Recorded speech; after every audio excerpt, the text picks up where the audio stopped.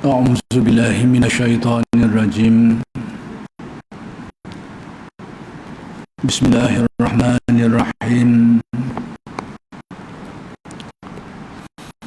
الحمد لله رب العالمين، وبه نستعين. اللهم صل على سيدنا محمد النبي الأمي وعلى آله وصحبه وسلم. رب اشرح لي صدري ويسر لي أمري واحلل عقدة من لساني يفقه قولي.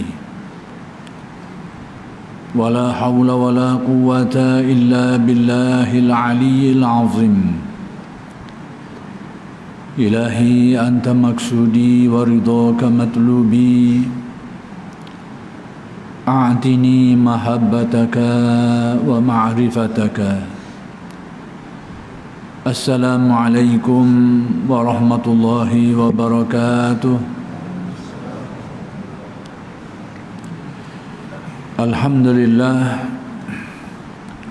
والشكر لله والصلاة والسلام على رسول الله. أما بعد.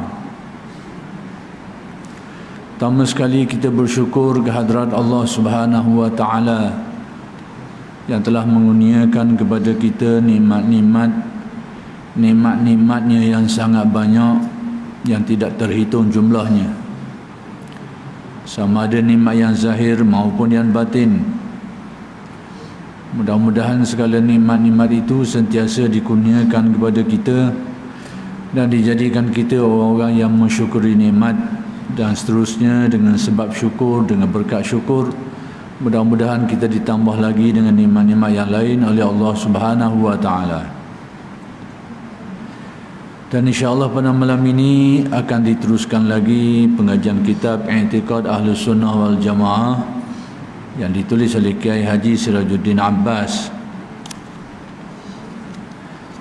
iaitu pada muka surat yang ke-12.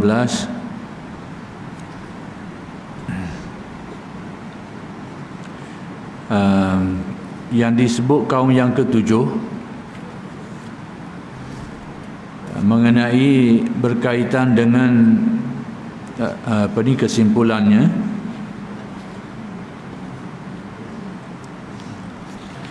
Jadi yang ke-7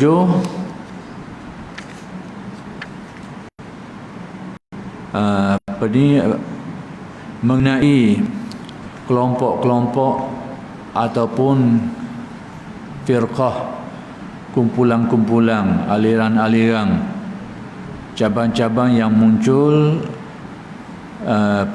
dalam Islam ini, seperti yang telah disenaraikan oleh Mufti Syekh Sayyid Abdul Rahman bin Muhammad Ibn Husain Ibn Umar, yang lebih dikenali sebagai Ba'alawi, dalam kitab beliau Buriyah Al-Mustarsyidin, yang mana Syekh Ba'alawi ini telah menyenaraikan, dia telah senarai, dibilang dalam hadis Nabi beritahu tentang bahawa umat ni akan berpecah kepada 73, tapi Nabi tak kabur nama apa benda, siapa yang terlibat, Nabi dah beritahu. Hanya beritahu 73 puak akan muncul, akan timbul daripada kalangan orang Islam ni lah.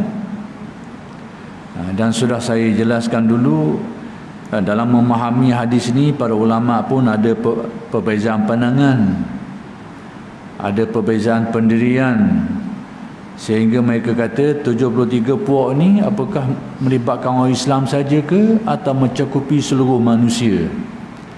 Jadi ada pendapat yang di kalangan mereka itu, mereka kata 73 ini iaitu mencakupi seluruh manusia. Maksudnya bukan orang Islam saja, termasuk orang bukan Islam pun. Jadi capur-capur 73. Jadi kalau dari segitunya, bila Nabi kata 72 puak tu akan ke neraka, satu saja aliran, 72 golongan tu ke neraka, satu saja golongan ke syurga. dari segi itu, kalau kita kira 73 tu mencakupi orang Islam dan bukan Islam, maka dari segi kebarangkalian satu puak tu mungkin besar lah, ramai jugalah, kerana dia mencakupi seluruh manusia. Seluruh manusia ni pecah 73, jadi satu yang selamat. Jadi ramai jugalah untuk satu yang terselamat ni.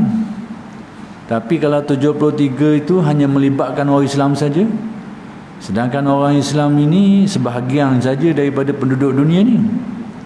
Jadi kalau 73 dari kalangan orang Islam saja, maka satu kumpulan yang selamat tu kecil sikit dari segi kebarangkalian jumlahnya itu.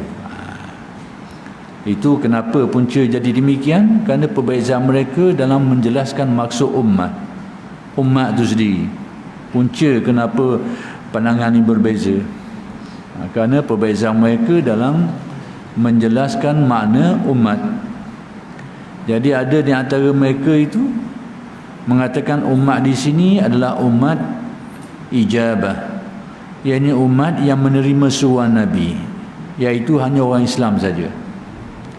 Tapi ada juga di antara alim ulama ni, mereka kata umat yang dimaksudkan di sini adalah ummatud da'wah, umat yang diseru oleh Nabi. Sama ada mereka beriman ke tak beriman ke, tak kisah. Yang penting mereka ni diseru oleh Nabi, diajak oleh Nabi, didakwah oleh Nabi. Jadi hal ini melibatkan seluruh manusia. Baik. Jadi berdasarkan kepada apa yang dijelaskan oleh Syekh Ba'alawi ini, maka beliau ni telah memecahkan kelompok-kelompok aliran-aliran Islam ni kepada 7 kelompok besar lah. Setiap satu tu ada pecahan-pecahan dia sendiri. Dan yang ketujuh, saya nak mungkin kat sini saya jelaskan dulu, saya nak sempurnakan lagi. Golongan yang ketujuh ni iaitu disebut sebagai kaum musyabbihah. Musyabbihah ni, perkataan musyabbihah tu maksudnya yang menserupakan, sesuatu. Kita serupakan gelas ni dengan gelas lain. Kita tengok ni serupa gelas ni, menserupakan. Tapi dari segi istilah, musyabbihah ni satu golongan, satu puak, satu aliran yang i'tiqad mereka itu, keyakinan mereka itu, mereka menyamakan sifat Tuhan tu dengan sifat makhluk. Itu dinamakan musyabbihah. Iaitu kaum yang memfatwakan bahawa ada keserupaan Tuhan dengan manusia. Mereka ni berpegang dengan pegangan keyakinan bahawa antara manusia dengan Tuhan ni ada keserupaan, ada persamaan. Dari segi mana? Umpamanya bertangan. Antara persamaan yang wujud tu, mereka meyakini Tuhan tu ada tangan sebagaimana manusia ni ada tangan. Ini kelompok musyabbihah. Jadi kelompok-kelompok ini bukan pegangan kita lah. Bukan pegangan kita, kerana ini bukan aliran Ahlus Sunnah wal Jamaah yang merupakan aliran perdana atau majoriti umat ni, bukan gitu. Tapi ada nak kawan di kalangan Islam ni yang percaya gitu. Dan hari ni sudah pemikiran-pemikiran ni nampaknya sudah cuba nak diterap masuk dalam masyarakat kita dah hari ni. Kita tengok dalam YouTube ada dah sekarang dah, Tuhan ada tangan kanan. Lalu berdalilkan kepada ayat Al-Quran lah. Memang dah dalilnya tak ada lagi ayat Al-Quran lah. Lalu mereka merujuk kepada ayat Al-Quran bahawa langit bumi ni dilipat matwiyatun biyamini, dilipat langit-langit ni dengan tangan kanan. Yamin, tangan kanan. Tangan kanannya tangan kanan Allah. Jadi ayat ni menyebut tangan kanan Allah. Lalu mereka kata Tuhan tu ada tangan lah.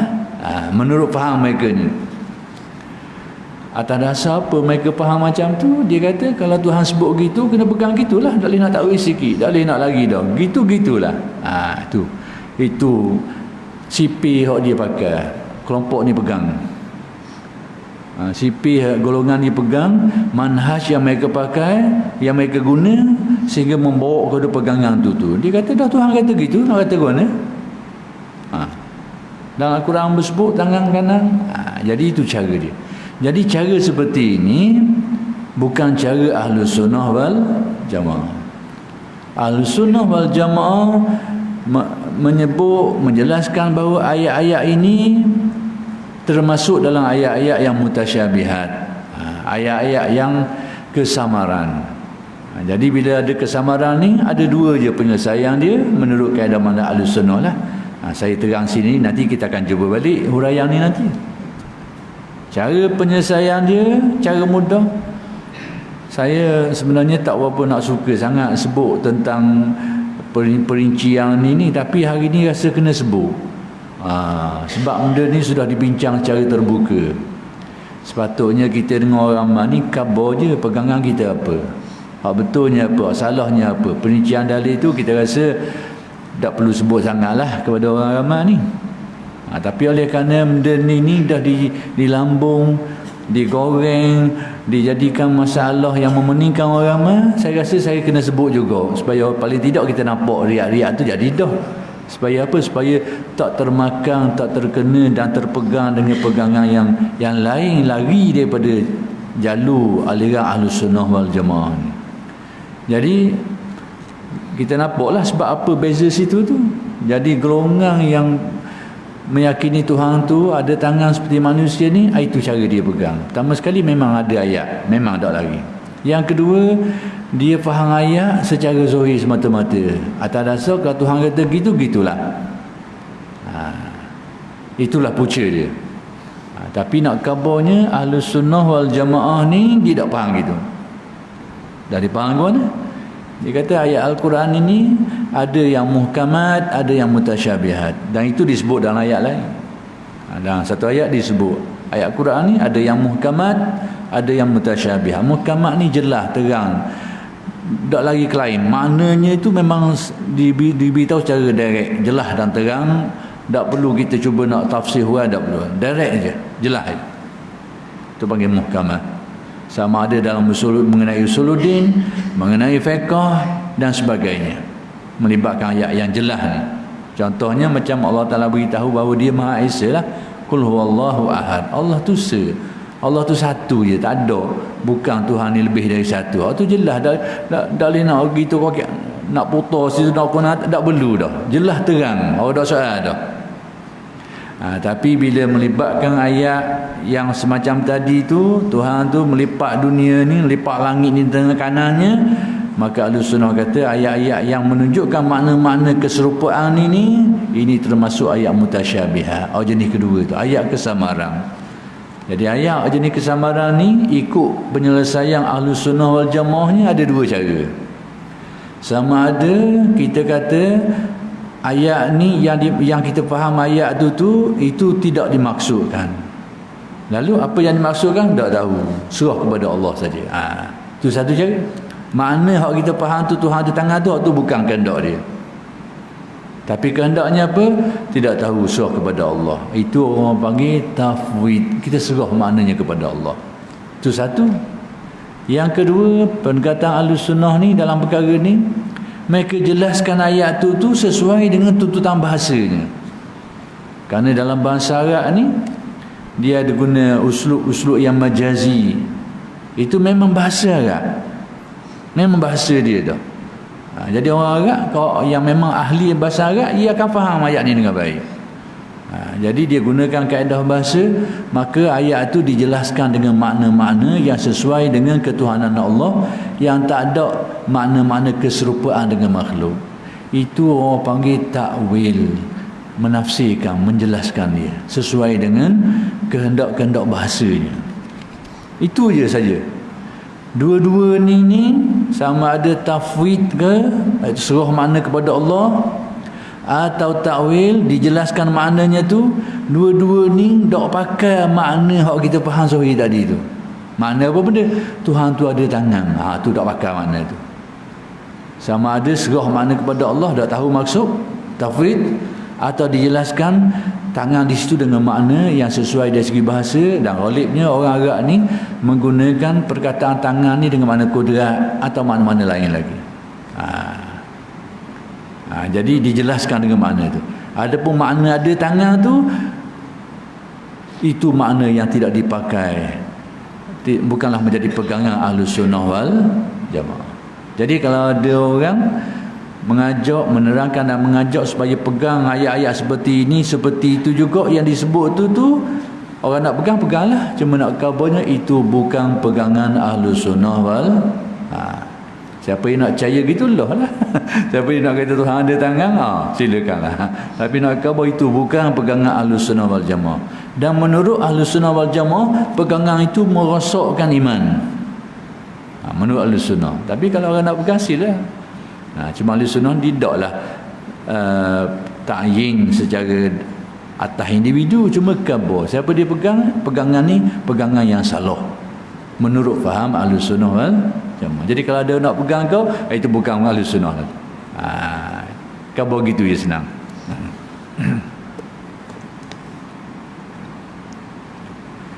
Berkaki, kerana disebut dalam beberapa dalil Tuhan ada kaki. Maksudnya macam tadi jugalah, macam ayat yang menyebut Tuhan ada tangan lah.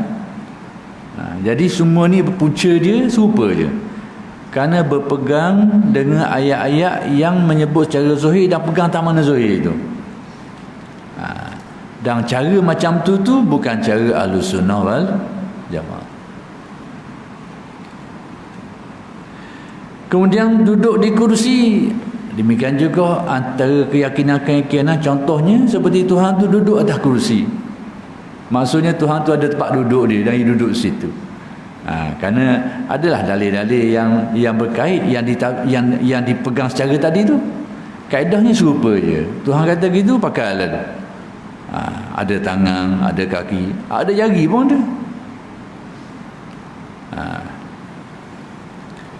Kemudian turun, naik tangga, turun tangga, naik dan turun lah. Dah sebut naik tangga, turun tangga. Maksud Tuhan tu turun ke langit dunia dalam hadis. Dalam hadis nak menyatakan tentang kelebihan waktu tahajud tu, beribadah pada waktu itu tu, waktu sahur tu. Maka antara dalil-dalil yang berkait menyebut tentang bahawa pada waktu itu Tuhan turun ke langit dunia. Jadi turun tu dipegang secara zahir bahawa Tuhan ni turun. Bila turun, dah hadis tu beritahu benda ni berlaku pada waktu sahur. Pada waktu lain naik semula. Gitu. Dipahami lah. Tapi faham seperti itu bukan faham Ahlus Sunnah wal Jamaah. Dan menurut Ahlus Sunnah, fahaman itu fahaman yang merosakkan akidah, merosakkan keyakinan. Dan lain-lain lagi, dan banyak lagi lah. Jadi semua itu adalah merupakan pegangan musyabbihah, golongan yang mensifatkan Tuhan dengan sifat yang ada keserupaan dengan makhluk ni, dengan manusia terutamanya, dengan manusia.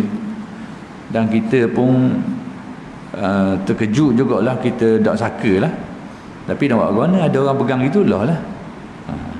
Ada setengah ahli ilmu kita ni nak mengaji lah, bukan orang kampung mengaji. Ya, Tuhan macam manusia. Apa begitu, Tuhan macam manusia. Dah, kalau muka ada sebut dalam Al-Quran, tangan ada disebut, jari disebut dalam hadis, dan macam-macam lagi. Kemudian secara umumnya bahawa kaitan antara rupa ni manusia dengan Tuhan tu ada dalam satu hadis yang lain. Innallaha khalaqa Adama ala suratihi. Dan dalil-dalil lain lagi. Akhir kali kesimpulannya dia kata Tuhan tu macam manusia. Ada yang pegang macam tu. Jadi saya nak beritahu pegangan tu bukan pegangan Ahlus Sunnah wal Jamaah. Siapa nak percaya gitulah lah. Dan menurut Ahlus Sunnah, kepercayaan itu kepercayaan yang merosakkan iman, merosakkan keyakinan.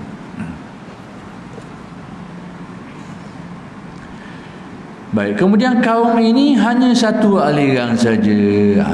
Kata Ba'alawi ni dalam kajian dia, musyabbihah ni dia tak banyak pecahan, dia ada sealiran dia. Baik. Kemudian jadi jumlahnya bila nak dijumlahkan balik, setelah dijelaskan ada kelompok ni pecah banyak ni, kelompok ni pecah banyak ni, maka jumlah keseluruhannya macam ni. Maka jadi jumlahnya adalah kaum Syiah ada 22 aliran, banyak pecah.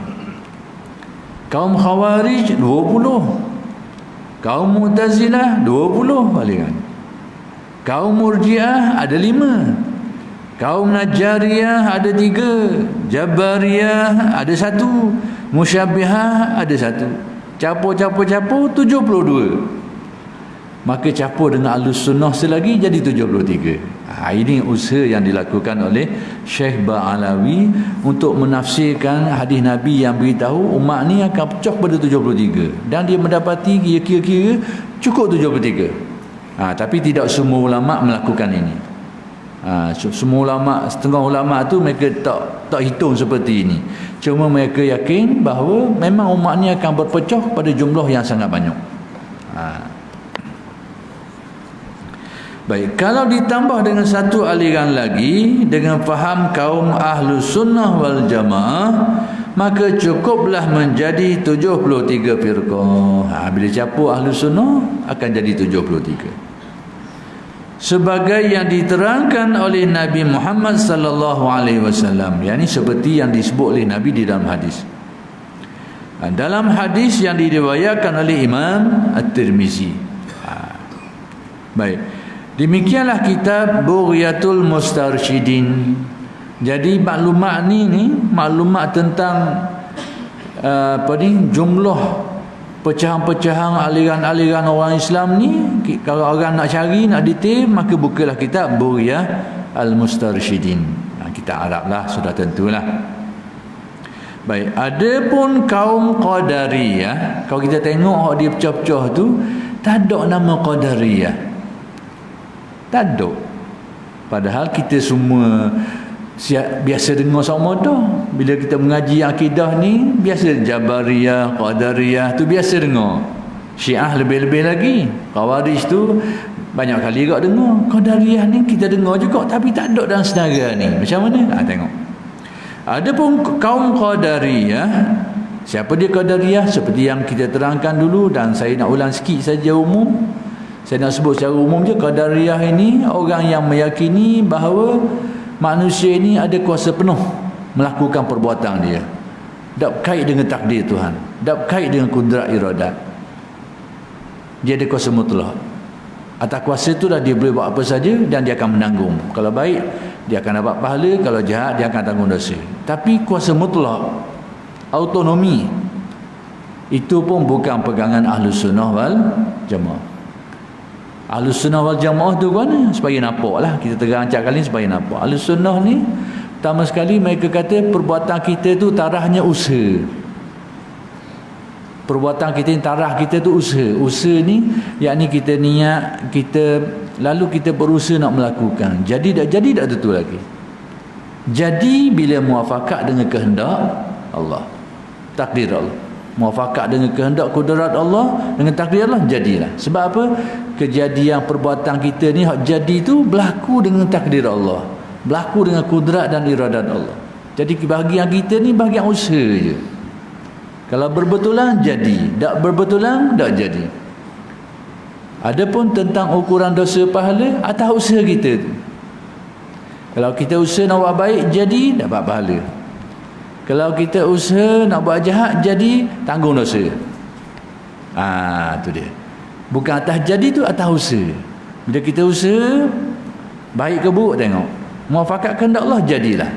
Jadi kalau kita usaha nak buat baik, muafakat kehendak Allah, jadi boleh pahala.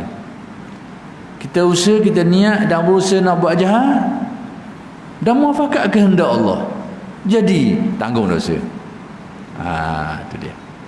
Tapi kalau kita nak buat jahat, niat nak buat jahat, usaha, tapi tak jadi, tak berlaku. Dapat tanya tak jadi sekarang. Niat ada, usaha dah nak lakukan tu, tapi tak jadi. Kita nampak air arak sebotol, kita niat nak minum, nak pergi ambil, dapat tanya warna, ada orang lagi, mau lagi, tak jadi. Niat nak buat tu ada. Maka dalam bab ni tidak dikira lagi. Niat buruk tu memang itu hal lain lah, dikira sebagai niat yang buruk lah. Tapi atas perbuatan minum tu tak dikira lagi.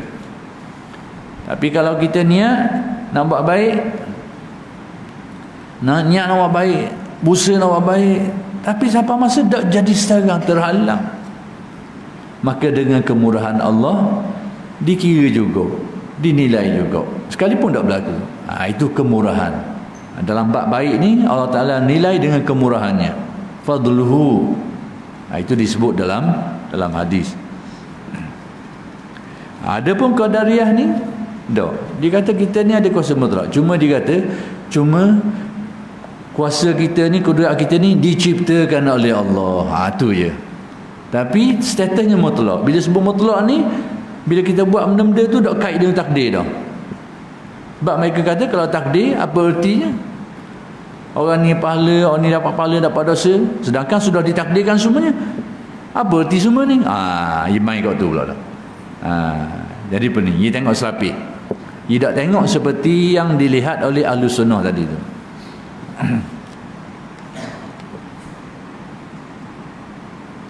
Jadi kalau ada orang mengajarkan faham seperti itu, kita ni atas kita belaka, atas kudrat kita, boleh buat apa saja atas kudrat kita, tak kait dah dengan Allah Ta'ala, dengan takdir, tak ada. Itu bukan faham Ahlus Sunnah wal Jamaah.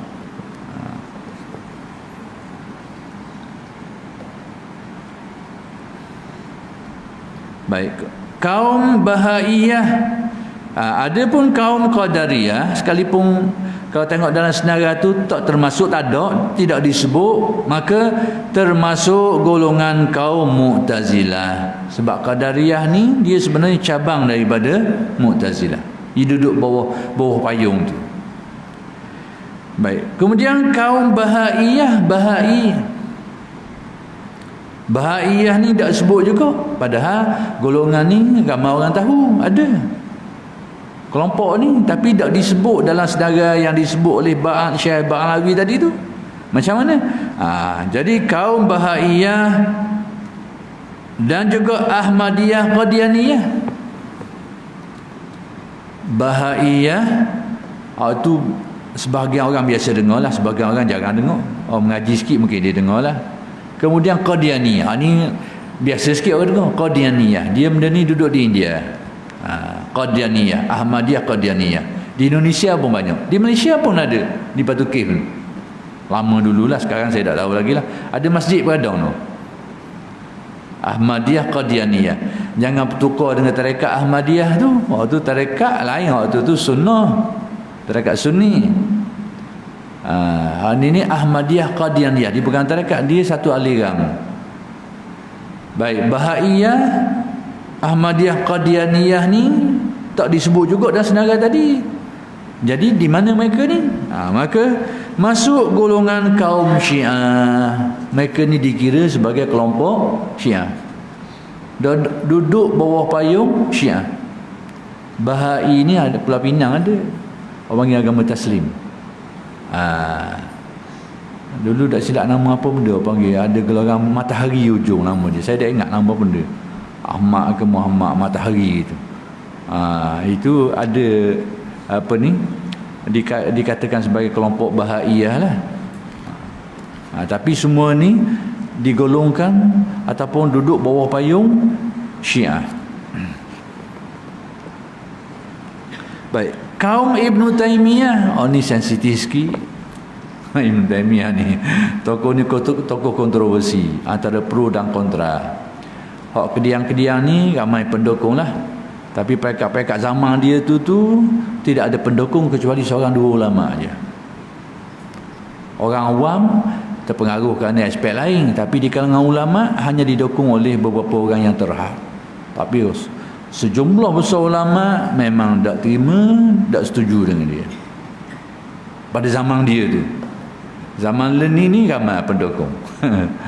Sebab propaganda tu kuat propagandanya, dan yang mempropagandakan tu dia ada kelebihan dari segi kewangan, dari segi kuasa dan sebagainya. Jadi terkenal lah. Tapi tak apalah, ini saya sebut menurut sudut pandang pengarang kitab ni. Ada orang tak setuju nak terima Ibn Taymiyah, silakanlah, tak ada masalah apa-apa. Cuma nak khabar pengarang kitab ni dia sebut bahawa Ibn Taymiyah ni masuk dalam golongan kaum musyabbihah. Dinilai, dikira sebagai golongan yang mendokong dia ni, dia dan pendokong dia ni dikira duduk bawah payung kelompok musyabbihah saya khabar tadi tu. Sebab Ibn Battutah sekalipun ada qil wal qal macam-macam lah, tapi nak ceritanya pelayar, penulis dan pengembara yang terkenal panggil Ibn Battutah ni, dalam rihlah dia tu, rihlah Ibn Battutah ni, dia cerita masa dia pergi ke Damsyik itu, dan dia tengok Ibn Taymiyah ni. Sekalipun dipertikaikan orang bertemu kedai itu masih dibahaskan lagi lah. Ada orang kata tapi nak khabar Ibn Battutah ni dia tulis dalam kitab dia tu, dia pergi ke Damsyik, ada seorang tu dia duduk khutbah, lalu dia menjelaskan tentang ayat Tuhan turun ke langit dunia lah pada waktu sahur tu. Lepas tu dia pun tunjuk dia turun, macam dia turun ni. Dia faham gitu. Maka orang marah lah, sebab itu bukan faham Ahlussunnah wal Jamaah. Jadi benda-benda macam itulah orang kaitkan dia sebagai musyabbihah tadi tu. Tapi hari ni ramai pendukung, tak apalah, masing-masing punya cita rasa lah, nak pakai lah. Cuma sekiranya betul fahaman tu sekiranya fahaman seperti itu dan betul fahaman dia, itu bukan faham Ahlussunnah wal Jamaah. Tokoh ni agak kontroversi sikit lah. Masuk dalam golongan kaum musyabbihah dan kaum Wahabi. Ni kontroversi lagi. Wahabi. Saya nak khabar pun serba salah. Sebab negara kita ni agak ketara dah fahaman ni. Cuma ada orang kadang-kadang dia marah orang panggil dia Wahabi. Marah. Macam kita lah, makan budu, makan poyok, pakai kain batik, marah orang kata orang Melayu. Tapi pakai kain batik, kain plekat, makan budu, makan kepuk, kita marah panggil orang Terengganu. Maksudnya berlakulah. Ada orang bangga. Dalam sejarahnya penggerak-penggerak pada fahaman ini bangga, dan mereka sendiri mentitlekan, menamakan mereka sebagai Wahabiyah. Bangga. Tapi setelah ulama menjelaskan kepalsuan, menjelaskan tentang kepincangan dia tu, dan tersebar, ramai orang tahu, akhir sekali setengah orang tu takut-takut nak pakai nama tu, pegang dengan fahaman dia tu. Tapi nusuk-nusuk tak mau pakai nama, tukar nama, tukar kat menalang. Tukar kat menalang. Hari ni bila Wahabiyah tu agak dalam tersebar dalam pandangan ni, sebagai dijelaskan oleh ramai orang tentang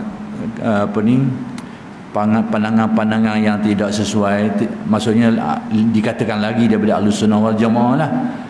Jadi setengah pendukung dia ni tukar kat menalang, nama Tok Salafiyah pula. Salafiyah hari ni pakai. Dan macam-macam lagi lah. Terserah lah. Cuma nak khabar pengarang kitab ni. Kalau nak marah-marah pengarang kitab ni lah. Jangan marah pengarang kitab ni. Baik, dan kaum Wahabi ni, iaitu pengikut kepada Syekh Muhammad bin Abdul Wahab di Saudi Arabia dulu, yang berkembang akhir sekali dia menguasai Mekah dan Madinah dan Semenanjung Hijaz tu, dan menjadi kerajaan sampai hari ini. Tapi sejarah tu panjang, 1800 lebih lagi dia bergerak, menang sekali boleh, lepas tu kena kalah pula ini. Akhir sekali 1900 lebih baru berjaya menguasai dan mendirikan kerajaan namanya Saudi Arabia sampai hari inilah.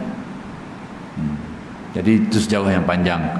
Nanti kita tengok akan ada bab dia lah tentang persoalan berkaitan dengan Wahabi ni. Ada orang marah sikit kita sebut gini ni, Wahabi.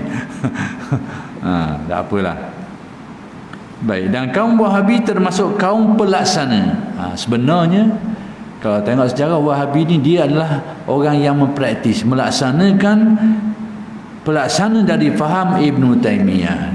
Yang ni dia lanjutan daripada Ibn Taymiyah. Dia pelaksana. Orang yang menyebarluaskan, orang yang mengukuhkan fahaman tu. Baik.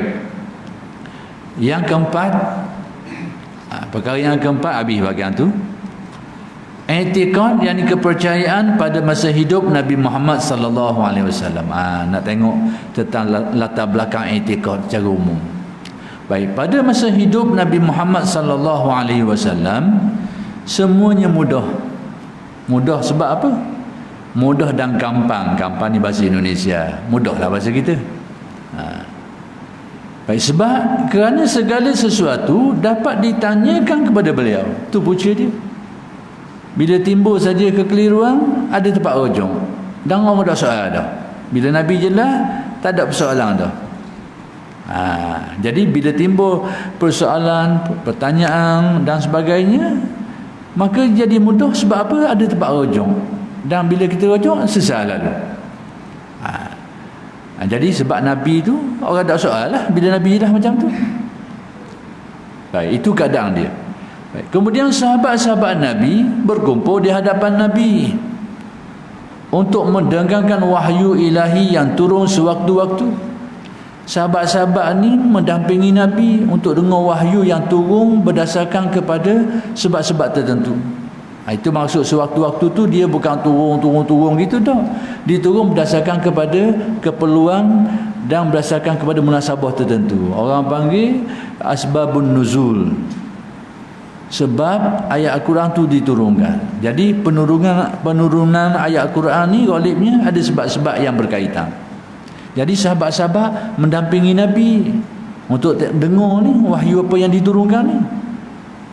Baik, ada di antara mereka yang menuliskan wahyu itu. Di antara sahabat ni ada yang tulis. Dan ada yang menghafal saja di luar kepala, ada juga tak tulis tapi dia hafal wahyu. Baik, Tuhan berfirman, kata Nabi Muhammad sallallahu alaihi wasallam, yakni katalah wahai Muhammad, wa ilahukum ilahun wahid la ilaha illa huwar rahmanur rahim. Artinya, dan Tuhan kamu adalah Tuhan yang esa, tiada Tuhan selain Dia, yang pengasih dan penyayang. Jadi antara wahyu-wahyu yang diturunkan tu yang berkait dengan akidahnya ayat ni. Ayat yang menyatakan Tuhan tu hanyalah Maha Esa. Satu je Tuhan. Tak ada lebih daripada satu, tak ada. Tuhan hanyalah satu. Tuhan Maha Esa. Jadi orang boleh faham dengan mudah, orang dah soal dah benda ni. Benda tu boleh difaham dengan baik dan tidak menimbulkan kekeliruan apa-apa dah. Jadi antara ayat yang turunkan ayat ni, Tuhan itu Maha Esa. Lalu menjadi dasar lah pegangan sebagai Islam, sebagai Muslim. Antara dasar pegangan dia, Tuhan tu Maha Esa. Tak ada keyakinan ada Tuhan yang kedua, ataupun ada sekutu, ada penolong, ada rakan kongsi. Tak ada semua tu. Kerana jelas ayat ni bahawa Tuhan tu Maha Esa. Jadi kalau kita balik kepada sifat 20, dia akan pergi kepada sifat wahdaniyah. Jadi ulama susung daripada ayat-ayat ni, maka ulama susung supaya apa? Supaya mudah faham dalam mengenal Allah. Kalau kita nak baca suti-suti ayat ni, dah sampai bila? Ayat Al-Quran tu beribu-ribu ayat tu.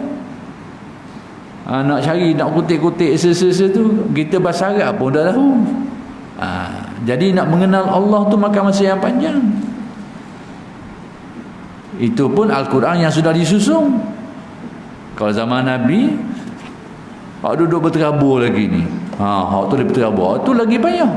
Sekarang disusun pun, kita pun kalau nak mengaji suti Al-Quran tu, nak cari ayat-ayat tentang tauhid ni, nak mengenal Allah tu tak mudah.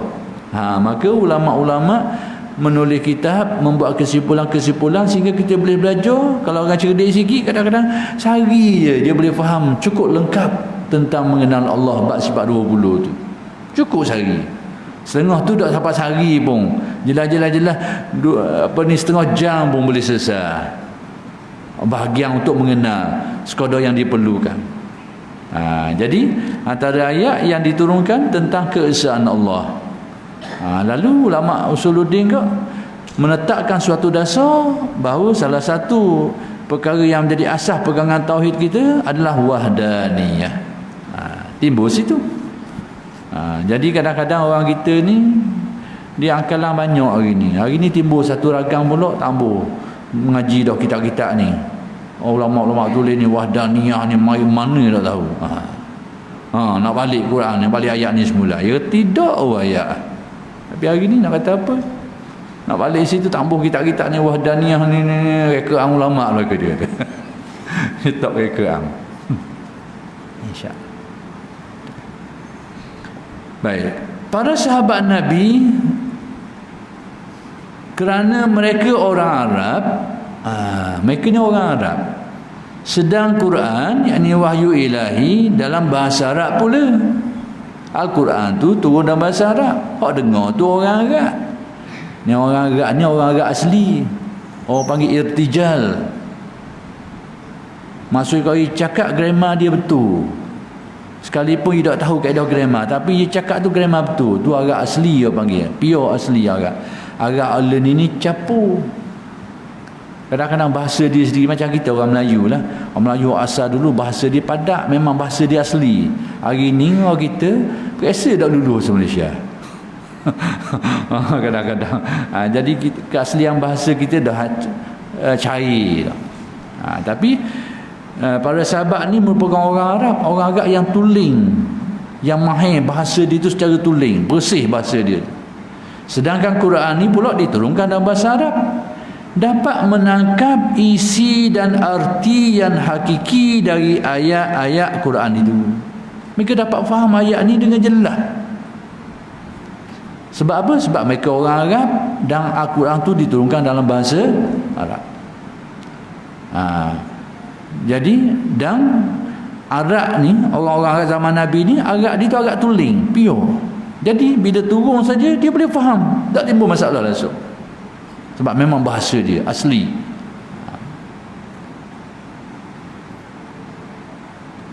Sehingga mereka yakin bahawa Tuhan itu Esa, satu je Tuhan, Maha Esa. Sifatnya pengasih dan penyayang. Tak banyak soal, mereka boleh faham dengan baik. Sikit. Baik, mereka tidak tanya lagi, mereka dah soal itu ini, dah soal.